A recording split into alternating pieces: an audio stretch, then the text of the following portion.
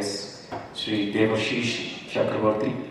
Mr. Chakravarti is Senior Director Advocacy and Industry Engagement at GSM India, where he drives strategic collaborations between mobile operations, technology companies and enterprises verticals to accelerate adoption of 5G, artificial intelligence and next generation digital solutions. Mr. Chakravarti leads high-impact industry dialogues, policy forums and ecosystem initiatives, building bridges between technology policy and business. So ladies and gentlemen, please put your hands together to welcome on stage Mr. Devashish, who is committed to position India at the forefront of global digital transformation. The stage is yours, sir.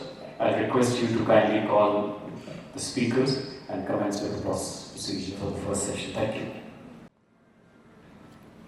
I have the honor for moderating this first panel discussion. May I please have Sanjeev from TOT, Rahul from Airtel, Ambika from India, Bharti from Nokia.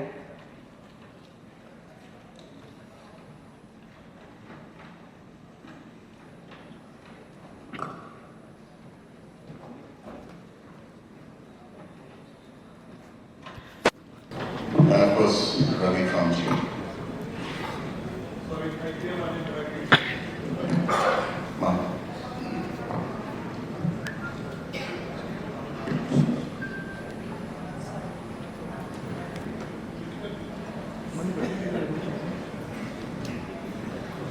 I welcome all the esteemed panelists on the dais today and thank you for taking your time to be here with us today. It wasn't that easy to get here today. So, Viksit Bharat is the overarching theme for today's conference. So let me set the context by saying that modern telecommunication networks are foundational to economic development and social progress and it plays a crucial role in the making of our developed nation. While we will definitely talk about forward-looking regulatory frameworks enabling the advancement of digital networks, let me begin this conversation by saying that if, and we have heard this before, that if this is the new oil, then I would say that regulation is the refinery, ensuring that data is responsibly managed, secure, and transformed into valuable, ethical, and usable insights that drives growth and innovation. I think this emphasizes the role of regulation in safeguarding data privacy, securing our networks. Today, India houses both the world's largest untapped market for digital services and a thriving tech-savvy population. Our telecom networks are the backbone of modern innovations such as AI, blockchain, IoT, and other emerging technologies. However, we heard Julian speaking about this in the morning. The challenge facing us today is that while our digital economy accelerates at an unprecedented pace, we inevitably witness a corresponding surge in sophisticated digital frauds and scams. This parallel rise poses a serious challenge that demands equally advanced vigilance and regulatory frameworks to protect trust and ensure sustainable growth. So as we envision a Viksit Bharat, an India that is digitally advanced, inclusive and globally competitive, our regulatory frameworks must walk the fine line between enabling innovation and ensuring trust. So let me open the panel with Sanjeev first. He is the government representative here, so let me start with you, Sanjeev. As the theme is Viksit Bharat, maybe you can start the conversation by saying what is the government's vision of Viksit Bharat, and if you can put it from a TOT perspective. Thank you, Devashish, and a very good morning to all of you. When we talk of Viksit Bharat, generally we look at the call given by the Honorable Prime Minister for 2047, that by 2047 we should have a Viksit Bharat in place. But in terms of telecommunication and the digital world, generally the focus cannot be more than 5 years, and that is the reason why whenever we have put in place telecom policies, even in the past and now also, we generally try to put it in place keeping a 5 years framework in mind. Because the technology changes so fast, the goals changes so fast. But I must say that despite that, one of the prime goals of the government has been universal, meaningful connectivity, which is also the goal of IT. And the reason why this goal has been there, even in, if you look at our digital, our national telecom policy, 2012 also, even prior to that, the universal, meaningful connectivity is, and till 2047, I'd say this has to be there as a goal, because the meaningful connectivity, the meaning changes. Sometimes it's 4G, sometimes we're talking of 5G, in future we'll be talking about 6G. The meaning of this term may change, but it has to be the priority of the government, because we need to make sure that the prevailing technology of the day is accessible to every nook and corner of the country, and it is accessible at an affordable rate.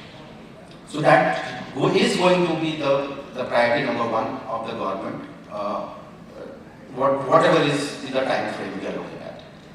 The second important aspect, and in universal meaningful connectivity, I should say that apart from terrestrial network, the non-terrestrial networks will also gain prominence. Undersea cable, submarine networks, they have already gained prominence, but the focus is going to increase over the period of time. Because we know that it's a globally connected world, it needs high bandwidth, it needs low latencies, so submarine cables are going to be at focus in the coming years as well. The next point I would say is secure and trusted networks. And when I talk of secure and trusted networks, you have to look at it from three perspectives. One, from the perspective of a citizen. He should have faith in the digital economy. Because if the faith in the digital economy is not there, and you talked about scams and frauds and all that, if they increase exponentially, then I can say with confidence that the faith of the citizen in the digital economy is going to be shaken. And if that faith is shaken, there will be no digital economy tomorrow, the way we see it today. So that is one part from the citizen's point of view. The second is from the business's point of view. We need to ensure that the networks, because every business today rely on telecommunication and digital infrastructure, the security and trusted networks will help the businesses as well. And third is from the perspective of the country itself. All the threat actors, and we have seen that in the recent war in the Middle East, where the heads of the government were targeted on the very first day, entire information was available. So we have to ensure that the threat actors outside are not able to compromise the security of the country just because the telecom network and the digital infrastructure is not secure. That is going to be another priority. Apart from that, domestic manufacturing and innovation, and another point that is linked to that is the job creation and the skill development. So these are the points which will remain government's priority in the future.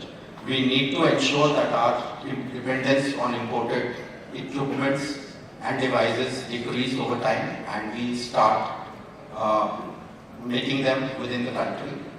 And another focus would be that the telecommunication network and services, they grow as sustainable products so that the carbon footprint of the sector are also reduced. So these are, in my opinion, going to be the priorities for the Viksit Bharat.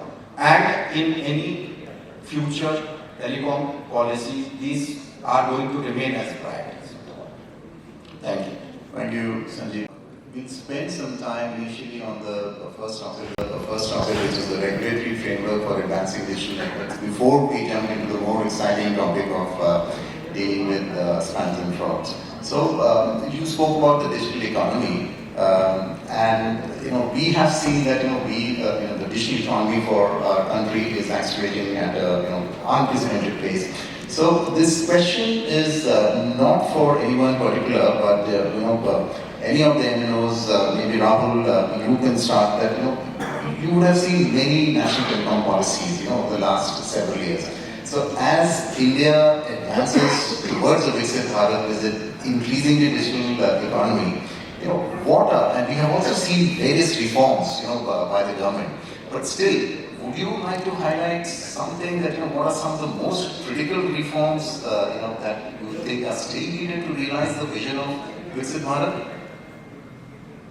Thank you, Devashish. I think a very solid explanation of the vision of the government laid out by Sanjeev sir as a precursor to the question you have asked. I think we have moved a lot from the days of scarcity of telecom resources to a situation where, technically speaking, in urban sectors, we are looking at tele-density of 2 to 2.3. Each person technically having two phones, right? Also, of course, the dual SIM behavior. So if you see in terms of abundance and availability of services, we are right on the top. If I look in terms of lens of technology availability, again, I think we are right at the top.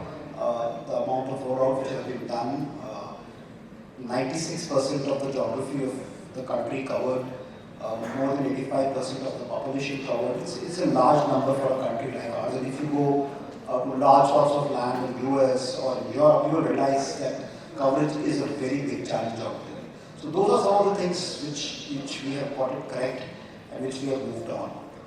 As we grow and become a larger telco ecosystem here, I think 2 or 3 things really stand out, and which I'm sure the government is already working on along with the regulator and as an ecosystem player.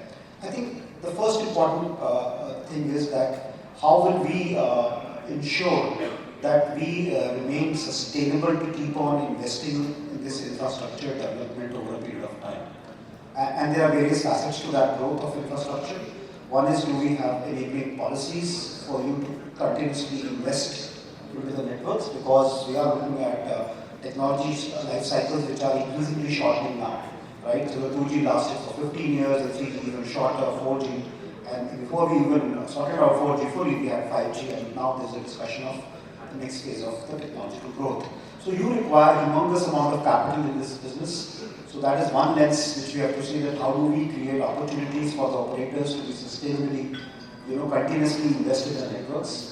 And so the policy frameworks for that. For example, there are pending recommendations of the regulator on wireline license fees. Is there something we can do?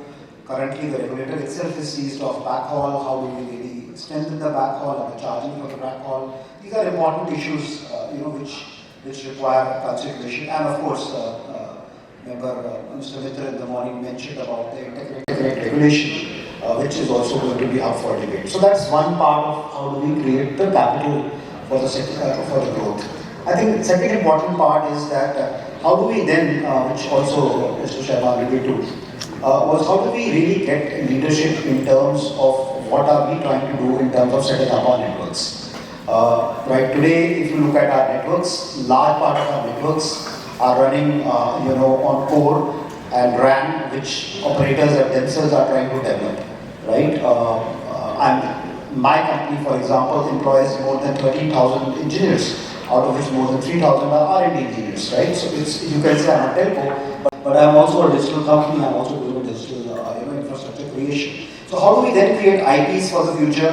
How do we then ensure that some of the standards and specs which are going to come in the next 5 to 10 years is something where India can really show some leadership on and really get on to the bandwagon without disrupting the fact that networks have to remain harmonized globally. Right? You cannot have an island or a pool for India which is no different from the other parts of the world. Right? And there are technologies which have faltered in the past, like in China. We know what happened, in terms of what we were doing, technical type of different type of LTE. So that's the second part of the challenge.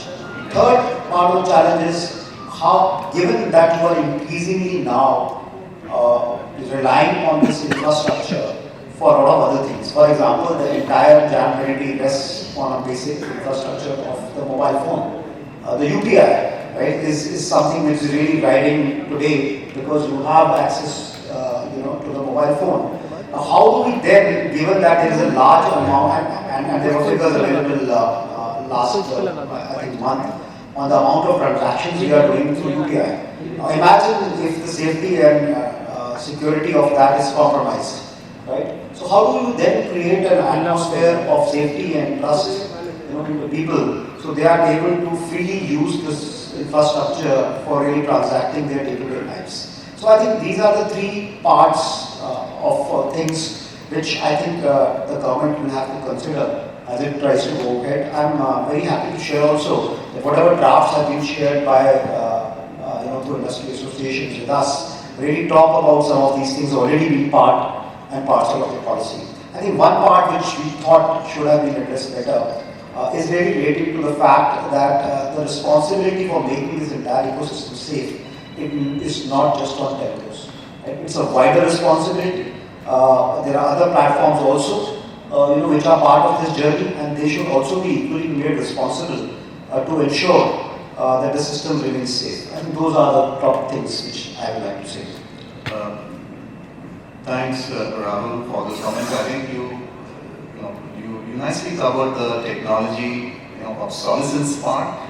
Because as an operator, you have to deal with the technology obsolescence, and I'll come to you, Viva, later on that. How you ensure and deal with backward compliance and technology obsolescence. But at the same time, you also touched on the other aspect when you spoke about the 13,000 engineers, 3,000 of them in R&D, which is the ongoing conversation about the transition from, we are tired of hearing to this, but then still, the telco to techco transition. Very happy to hear about that as well. But sticking to the regulatory framework, Ravi, if I can get one comment from you, in your career, you too would have seen several, reforms that have happened, and we have spoken about, reforms in many such forums. We are in 2025, and we are talking about Viksit Bharat 2027, right?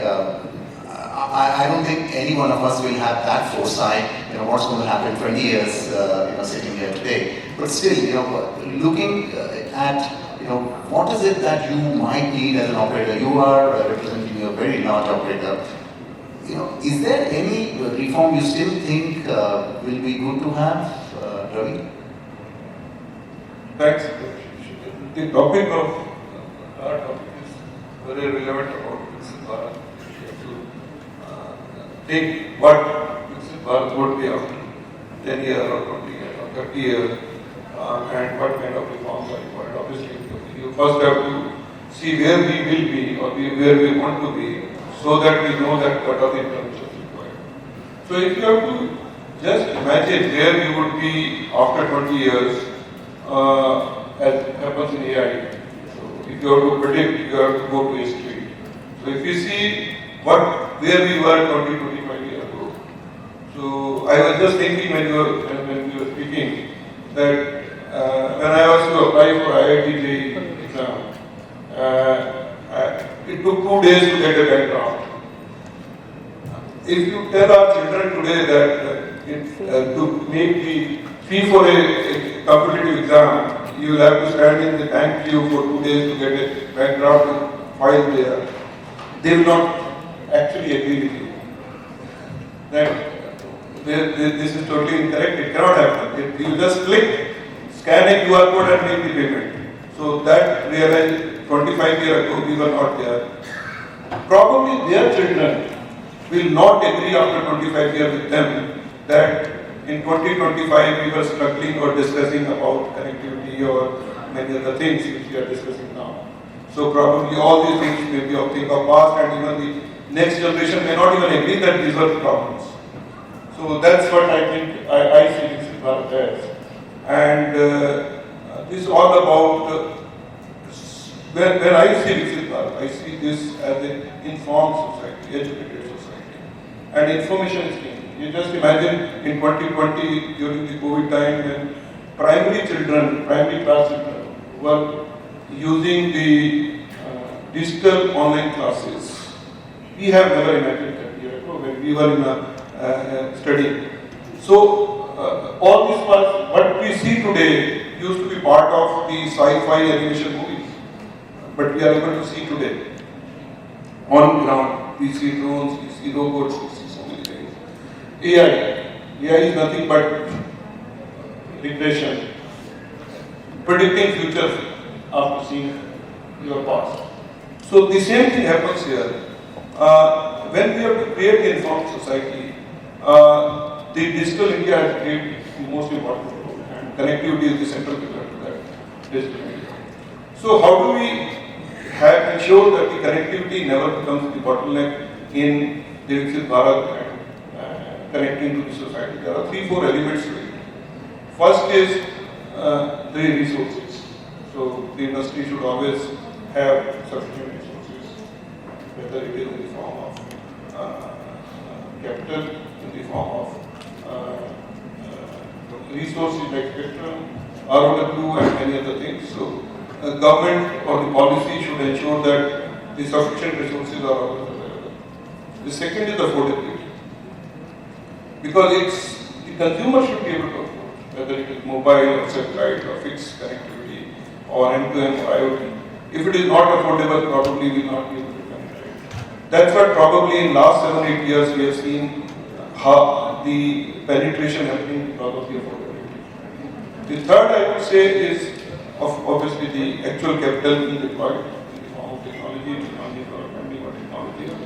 And last but not least is the ease of doing business, what we say can also be called as freedom of doing business, not at the expense of what Mr. Sanjeev said of security or frauds, etc. But at the same time, the freedom of doing the business is also very important, so that there are no impediments in the growth of the industry and connectivity reaching to the last mile, every form of connectivity reaching to the last mile. Thank you. Thanks, Ravi. Quickly moving, I want to briefly touch on the ongoing national telecom policy 2025. I guess you have read bits and parts of it.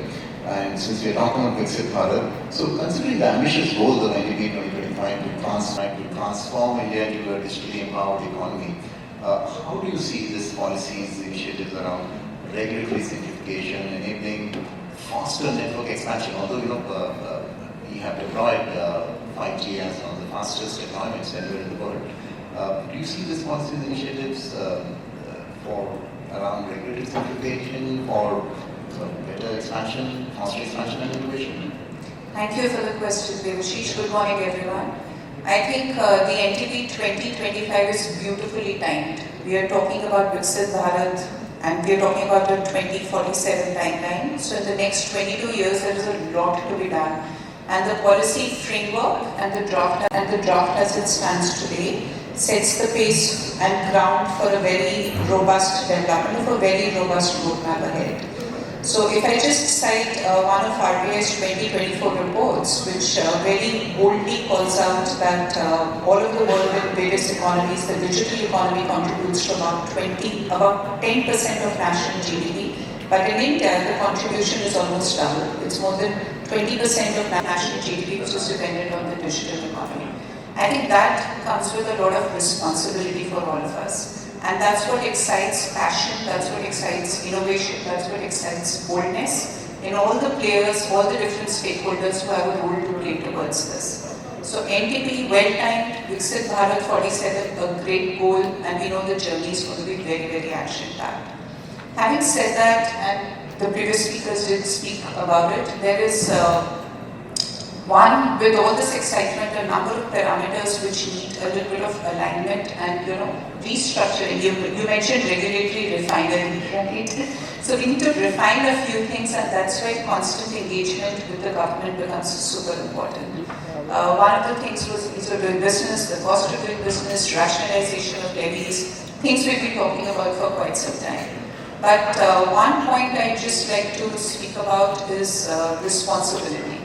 Right? While we understand, feel humbled that it is our shared responsibility in this room, this digital Viksit Bharat cannot be achieved only with our part doing our share of work. It's a larger responsibility. There's a whole big digital economy as well, which is contributing in some ways but reaping a lot of benefit. I think it's time for a lot of solid collaboration which needs to be driven right from the topmost level, integrated seamlessly, efficiently to the last level with all the multi-stakeholders to be able to contribute to this goal. And that's the kind of responsibility that's needed to achieve the goal of universal access, right? Universal right access. We're talking about 1 billion Indians connected on broadband. How do we make that better? How do we make them more efficient in their daily routines, be it UPI, be it education, be it health, be it whatever, right? So shared responsibility of telcos, the digital ecosystem, all of us together, along with the right set of regulations and such a passionate, ambitious government machinery, binding us together, driving us together is just what's needed. So no doubts that we'll be able to achieve it very seamlessly. Sounds very positive, Ambika. Thank you. You spoke about responsibility. Deva, a lot rides on Nokia's network, so a lot of responsibility there as well. So if I can ask you, Deva, Nokia works closely with governments across the world on telecom policy. From your experience, what are some of the global best practices do you think India can adopt in designing a regulatory framework that balances innovation, security and investment? Security is at the center stage. Thanks for the Vishesh, and good morning everyone.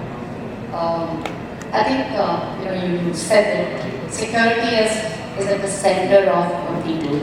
But before we go there, I would want to kind of say that as Nokia, we can take our part in making the networks happen. We were a very critical stakeholder in 5G rollouts, but our journey has gone from 20 to 5G. If India has to achieve the Viksit Bharat goal, it has to ride on the connecting everybody. It also has to be multiple form of connectivities which has to take the nation to that goal. While we go there are a couple of things which needs to fall in place, which is aligned to how globally some of the developed nations have moved. The first pillar before I go to security is how the innovations have worked. And for a country to stay innovative and contribute to the development of technology, the whole ecosystem of trained people has to happen. Rahul talked about thousands of people in their organization working with technology. I think it's a joint effort. We will create a technology, but when we deploy it, there are so many additional things which comes into play. But who are developing these things? How do you take the nation up by providing the right skilling at all levels? We've been partnering with government as well as academia to take that step forward. Once you've kind of created the whole trained workforce, you get on the innovation mindset. Something which some of the developed nations have done beautifully is how governments have partnered with the industry. And these are those typical PPP models where industry has played a very proactive and very collaborative role along with the government. This model is beyond the boundaries of whether that technology company is selling in India or headquarters somewhere else. You need to bring the best technology minds together to create a technology. Now, 6G is a good example. There's a lot of work happening globally, whether it's HexaX or Next Gen Alliance, US, EU. These are the two leading countries or economies which are working on this. We have initiated Bharat Reliance, and we are a very active participant there. But we can do so much more. As soon as we open it up to a typical PPP model, bring the global companies on board to contribute more actively, it's a different ballgame altogether. This also aligns with the 10% aided contribution vision, which has been laid out by the government. So this is one thing which I want to leave here. How do we work on a better PPP model to work on innovation as a... Coming on security now. See, as some of my panelists did mention, security is going to be critical as the networks are growing, the complexities are growing, multiple kind of people are accessing it. And security is not at one level. There's a user level, there's a device level, there is a network level. We create technology which sits in middle of lot of other actors which works on it.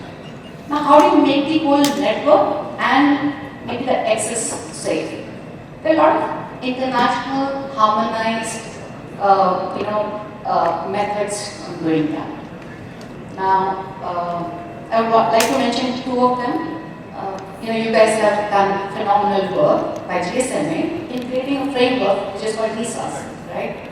This is a framework which basically talks about how do you create technology and how do you deploy it.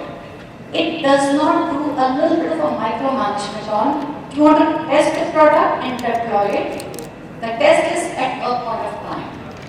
Tomorrow that test might be irrelevant because scenarios have changed. The technology is evolving too fast. Can we look at the right way to develop technology?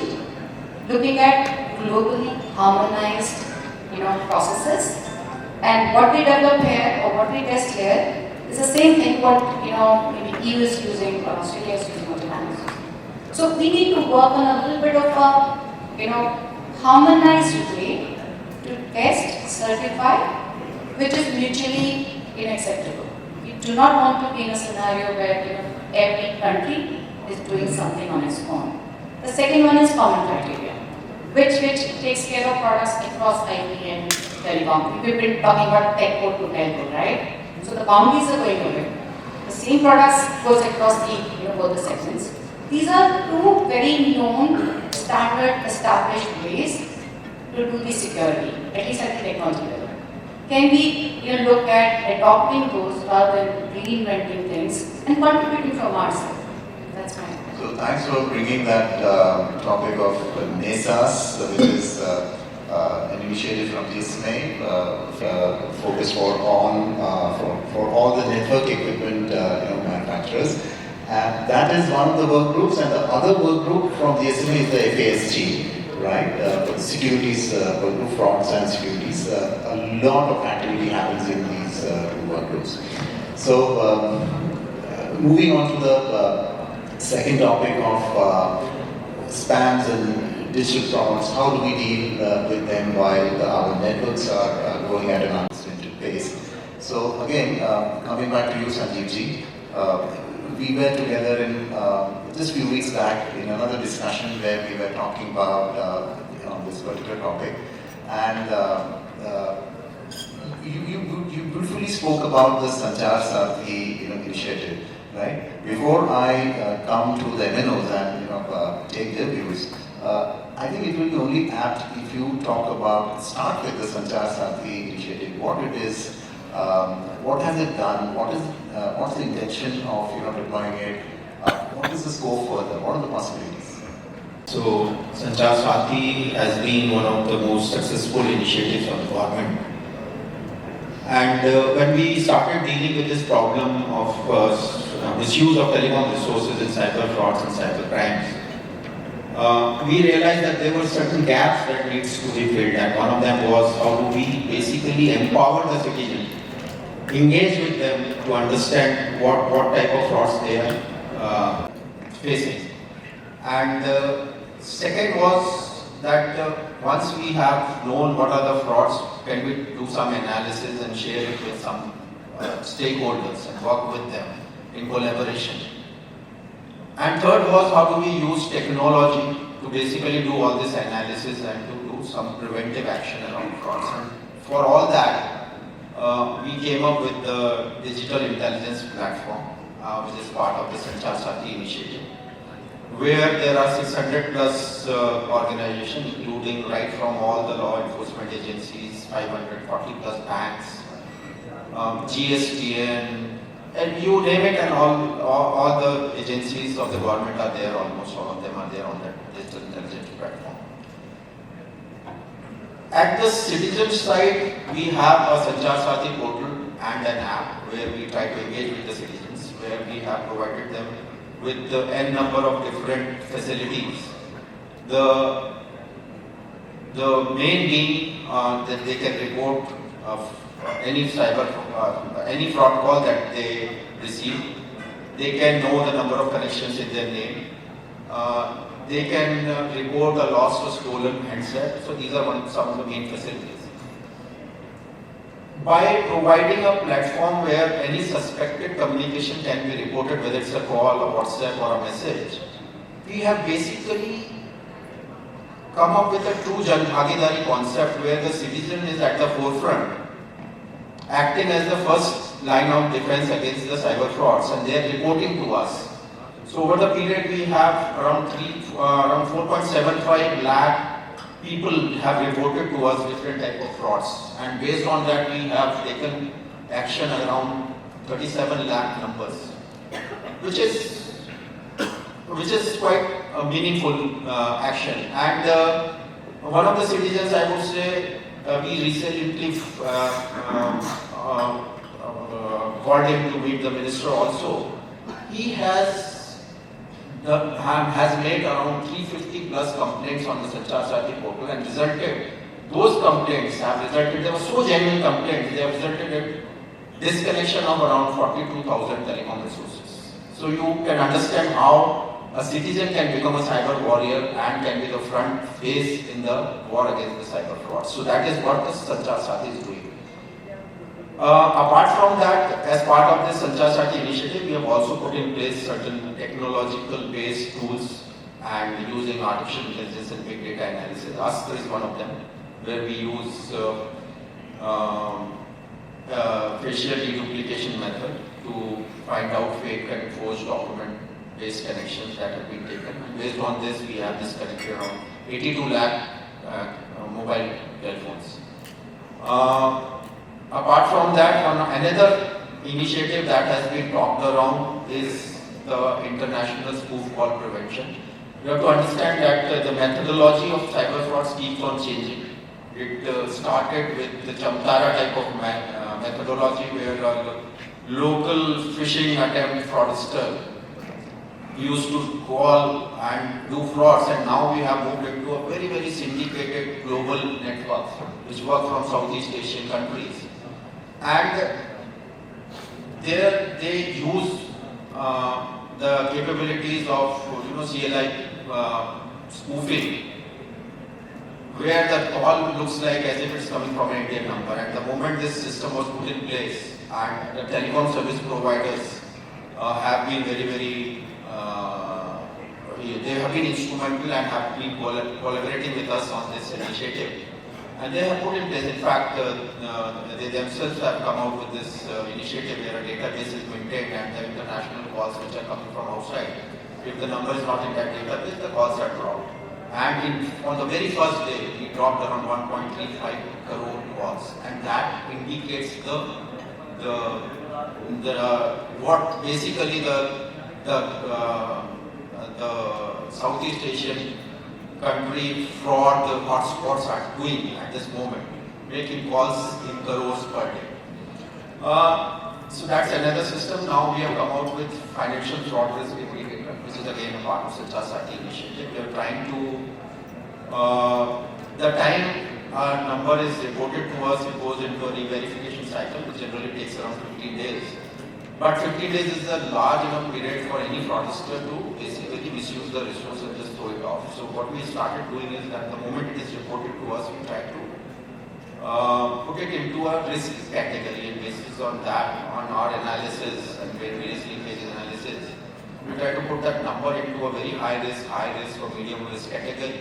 And that RBI has also issued direction to the PSOs and the banks, and they use this list, that FRI list, to put extra due diligences on the transactions that are happening. So that is another initiative that is part of the Sanchar Sathi. In most of them, I must say that it has been a wonderful collaboration with the telecom service providers. Two of the debates sitting right and left to me. These telecom service providers have come out and they have been at the forefront of the moment we come out, we see a problem, we see a new methodology coming up, we throw it open to a group of telecom service providers, and they generally in the working group, they try to come out with some solution, and they are helping the government fight this business. Those are basically what we have done in the Sanchar Sathi initiative. Thanks, Sanjeev, for sharing with the audience more details about Sanchar Sathi and spam filters. And we have heard Rahul speak about those initiatives which have been taken by Airtel, and Jio as well. But I would want Ambika to share something on the initiatives that your organization have taken on AI-based spam filters, URL blocking, fraud detection APIs. How effective do you think have been these measures, and are there any gaps still? Thank you, Devashish, and I must compliment you, Sanjeev sir. I think the spectrum of initiatives has been very wide, very efficient, leveraging it very extensively for real-time monitoring, for predictive analysis, for analyzing patterns, analyzing anomalies. Of course, a lot of adaptive learning happens on an ongoing basis. Suspected spam on SMSs was a very, very exciting game changer. I think all of us in this room would have leveraged and felt and seen the advantage of that. Over the last 5 months, we've blocked over 450, not blocked, I should say, give a warning and empowered customers for about 450 million suspected spams, and the numbers keep increasing by the month. Just empowering subscribers to be able to do better outreach and complaints has also been a very, very enabling feature, right? Not just through the apps, but of course Sanchar Sathi as a portal, through all our individual, and every telco has their own outreach mechanisms, and all those effective outreach mechanisms to be able to complain, to be able to reach out and get guidance has been super empowering. We've been managing a couple of CSR programs. One of the flagship programs is called Jaduginika, where we've reached out to over 2 crore citizens on financial literacy with a very deeply intensified focus on spams and scams. How do you prevent yourself? And it's done in a highly interactive way so that the last person standing man and woman on the ground can actually take an advantage of a mobile van which goes across, goes to all nooks and corners of the village, and gaon, gali mein jaake, it's called the gali campaign, to be able to train people and give them hands-on information on cyber literacy, cyber frauds. So that's been an effective tool. A number of other tools, of course, across, in partnership with TRI, we've all protected our SMSs. There's been a lot of traceability, the headers that Ranjit sir spoke about, Mithil sir spoke about in the morning. Then of course for calls also, see all your spoofing, see a whole lot of applications there. Something pretty interesting we launched last fortnight was on international caller display.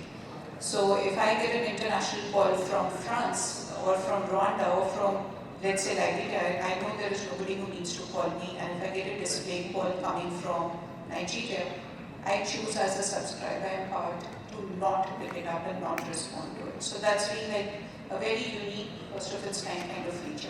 And I'm sure as we move along this journey, there will be more and more challenges, more frauds and more opportunities for all the MNOs together and individually to come up with innovative techniques to address them. So this is something that, of course, I'm sure more will get discussed as we move along. Thanks for sharing those initiatives. I'm sure some of us were not aware of some of these initiatives from Vodafone idea.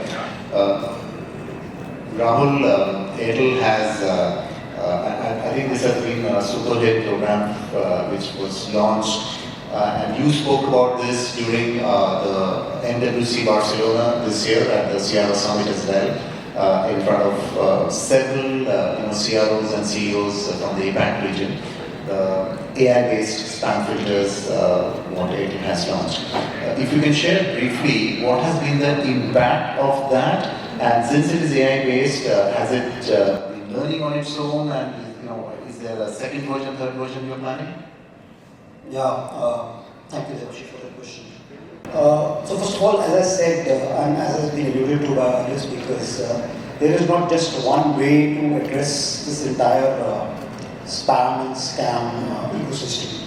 There have to be several initiatives, and maybe a combination of all of them is going to really make the life more safe and secure for the customer.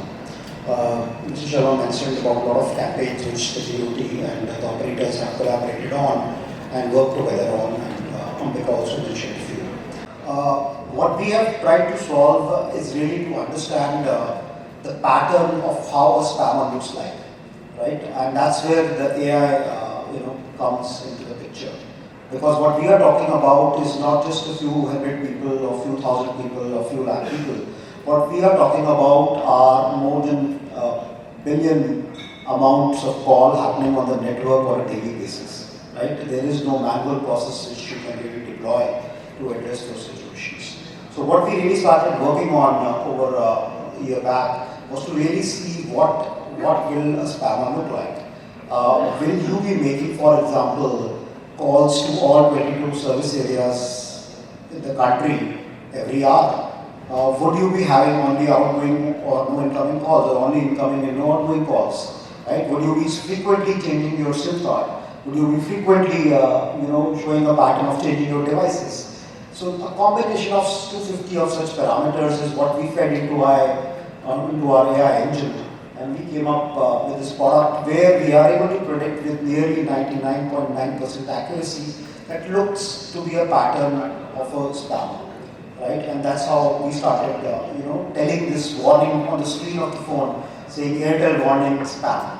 Right? And that has really made a huge amount of difference. I cannot share with you, not a single regulator I have met over the last 6 months who has not shared with me the efficacy of this product. Recently, we were with the MHA I4C. They actually shared numbers, on Airtel ecosystem of how the complaints have reduced on the Airtel ecosystem and how the volume of frauds have reduced dramatically on the ecosystem. And in coming days, you will, perhaps get an idea, of what that happened. It's a dramatic, difference which has happened. In combination of that, then we also launched 2 or 3 other products. As I said, it's not a single product. For example, there is a business named Display Option which we have started as a precursor to eventually when the department launches the CNAP, which of course we are ready with now. So you can really identify the business to say, okay, I am a Shri or I am a Zomato and I am making a call to you. So the customer has a trust while picking up the phone because I am not very clear whose call I am really trying to pick up. And that gives a little confidence for the businesses to be able to call the customers and vice versa for the customers to be able to pick up the phones. I think more important product from the banks was the direct connectivity solution, which we have been able to work with a few of the big banks in the country, where we are now routing, removing basically the telemarketer and the aggregator and having a direct connectivity with the bank and the customer to be able to send messages. That really takes away a lot of chain of misuse which was happening in the system and really addresses the problem to a very large scope. More importantly, I was in Mumbai last week and we had a very powerful discussion with the banks on some of the APIs which can now be worked on to really make the journeys more safe and secure. Of course, RBI and SEBI and NPC are also part of those discussions. And so we are really thrilled with what is lies for future. In the meantime, to continue on the customer journey, we also launched the solution where we are able to now block any fraudulent link the moment it appears on the screen of a customer. Because unknowingly, we are not a fully country where education and even understanding can be very different. So we have taken a proactive step of really blocking a fraudulent link. And how do we know it's a fraudulent link? We have worked with multiple databases across the globe to create this master list of frauds. And then we have a data engine which works from our AI to say, okay, if this is coming from this universe of spam which we identified in our AI spam engine, then the link coming out of that can also be potentially a fraud. I think these 2 powerful solutions has really made the journey for Airtel customer really safe and secure. And there's a lot to do still. Yeah, sounds really good, and I'm sure there will be advancements in that as well. So, Ravi, we heard Airtel Vodafone idea on their initiatives, and I'm sure if you can briefly speak about Jio's initiative on this. But the question which I would want you to really address is that while operators are really investing heavily in combating spam and fraud, there's a significant share of these scams today originate on other popular digital communication platforms as well, right? Which are used by millions of our citizens. How can we, as an ecosystem, including the telcos, regulators, and digital platforms, work together to build stronger safeguards and at the same time ensure that what Sanjeev ji spoke about, consumer trust is maintained, across the entire digital value chain. Your comments? Yeah, thanks, Ravi. Very good question. Sanjeev spoke about the last course, all four operators, or any other NLD operators also, are jointly working together to curb frauds and management spam. I think all of us, all operators have contributed in their own way and will continue to do so. This is an easier part of doing the things. It's a typical policing role where we'll keep on blocking SIMs, catching SIMs, catching people, etc. etc. But at the same time, there are certain other things which also need to be done, because the frauds and scams are not limited only to, say, voice call or SMS. It goes much beyond it in the company. And two, three critical things which need to be seen is the consumer education. So while as Telco we have taken a lot of action at our and with the government, a lot of action has been taken and it is continuously being taken. But educating consumer is extremely important. The most important thing which needs to be done, so that they are aware of the frauds which can happen. Second is identifying or blocking these spams or basically the frauds at the source itself. So the frauds are sometimes camouflaged as spam or a subset of spam, or there are frauds which are not actually spam but these are the frauds. So fraud, and typically when we talk about spam, we think every spam is a fraud or every fraud is a spam. That's not true. There can be a spam which is a subset of fraud which is a subset of spam, but there can be a fraud which is a normal fraud which you will not be able to identify as spam.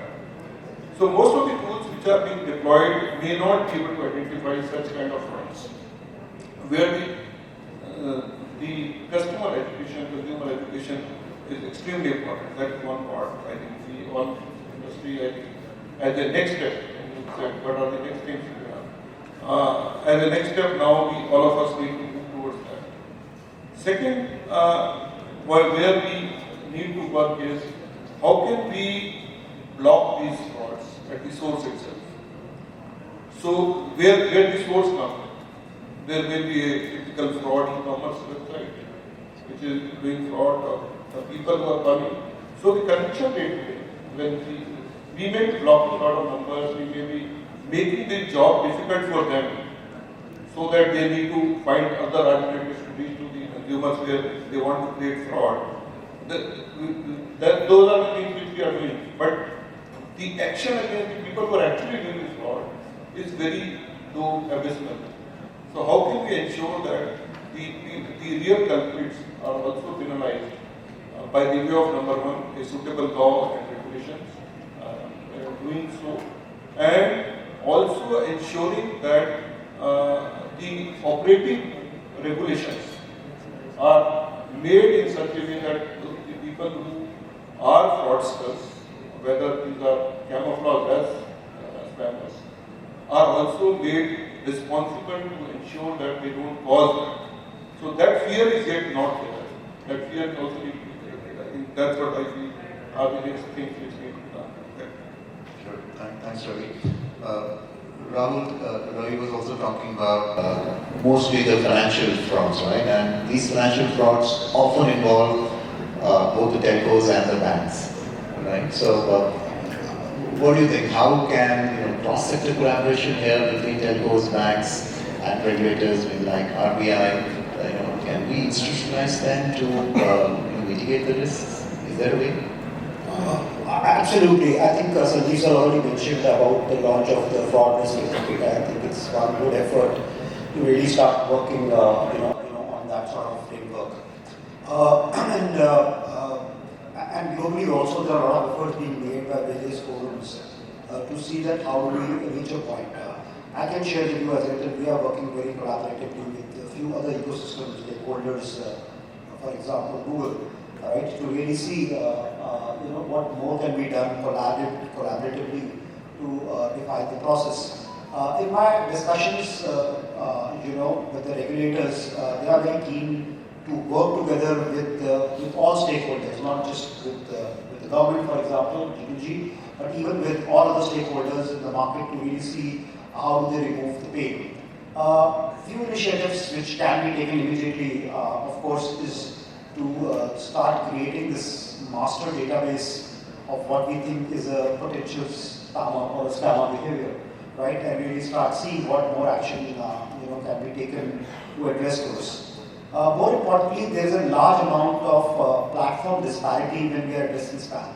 The more we are tightening up the mechanism in the telco world, unfortunately, large amount of traffic starts shifting towards the digital, platforms. And there, it's a little bit of a self-governance game right now because there is no oversight from a regulatory perspective to be able to address those issues effectively.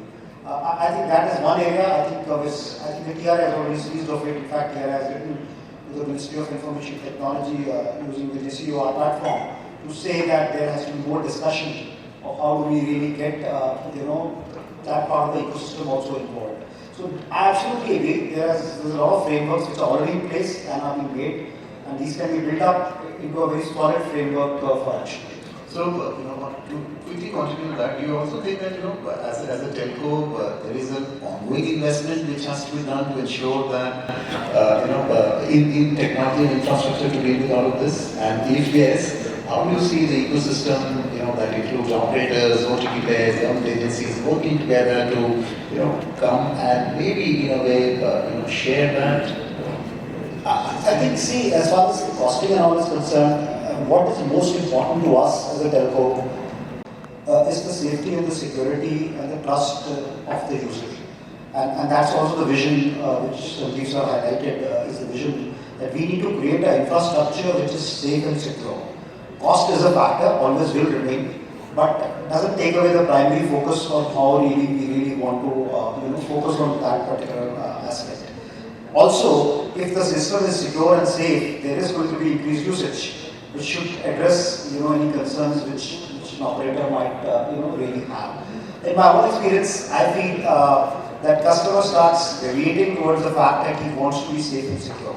And you have to give him ample opportunities to be able to feel that way, right? If you feel that you are on a road which is going to be, up with something which is not going to make you severe, you're likely to shift or deviate towards something which you think is more safe and secure. So if you're able to give that semblance of safety to him and make him really feel safe, I'm sure it's a self-sustaining model. So, looking at the future perspective, I'm also conscious of the time here. Viva, from a global perspective again, do you think there are any policy levers, on the infrastructure sharing or R&D incentives, that you think should be used here to accelerate the digital network rollouts, and how relevant they can be for India, as we look towards bringing my thinking back to Viksit Bharat? So, yeah, I think I completely agree with you. This needs to be done. And, with security, seemingly getting all the operators, this is definitely a problem which we need to solve today. I would possibly comment on one or two global models on how other countries are dealing on it. So Australia and New Zealand have this law on a little bit of a self-declarations, at least of the consumer device front and the consumer network front. I think we have focused quite a bit on the pure network side, and yet possibly as a regulation left the consumer side. We've seen some of the countries spending more time, energies and focus on how you bring the whole device ecosystem there, as well as how those networks are accessed by the consumers in that manner. Because we realize most of the security concerns are possibly emerging from that. There are other countries who are also adopting a model where a little bit of a self-declaration, self-alignment, complying with the process is something which has been working. There is an enhanced R&D, investments needed. But at every level. So technology companies are doing what they're doing, and before this panel, Sanjeev alluded to some of the work which Nokia has done in making sure the technology which is deployed is safe. But as I said, there is small, pawn in the whole game. There are so many other players who have to be part of the ecosystem to make every business safe or every consumer safe. That's what I think. Thank you. And I've been shown that our time is up. So I think we had a very engaging conversation today, starting from the regulatory frameworks that are needed for an advanced digital network. What are we doing to deal with the menace of spams and scams? Sharing responsibility, collaborative ecosystems. I can't thank enough, the esteemed panelists. Thank you so much again for your time today, and thank you for the wonderful audience. Thank you.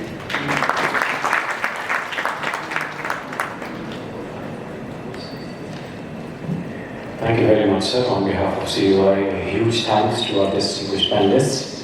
The session has indeed given a plenty of food for thought on policy and regulatory aspects for Viksit Bharat to create a comprehensive policy framework and telecom legislation to make the evolving needs of modern day telecom sector. May I request Coach to please present a memento to our distinguished panelists.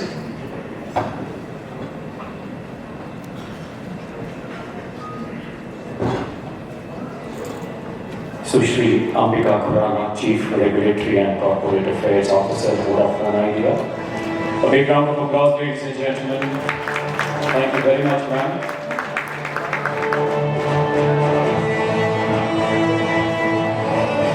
Shri Rahul, Vatts, Chief Regulatory Officer, Bharti, Airtel and Vice President, COAI. जोरदार तालियों से आइए स्वागत करें, धन्यवाद करें. Thank you, Shri Rahul Vatts. Shri Sanjeev Sharma, DDG, AI and DIU, Department of Telecommunication. Put your hands together, ladies and gentlemen.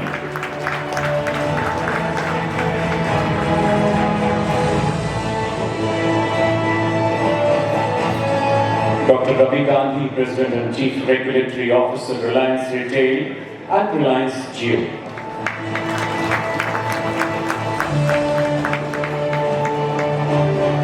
तालियां थोड़ी और जोरदार हो तो ज़्यादा आनंद आएगा. Sushri Vibha Mehra, vice president government relations, Nokia. Big round of applause, please. और आपकी जोरदार तालियों के बीच special thanks to our moderators, Shri Devashish Chakraborty, for skillfully guiding the discussion to ensure an insightful, engaging and enlightening discussion.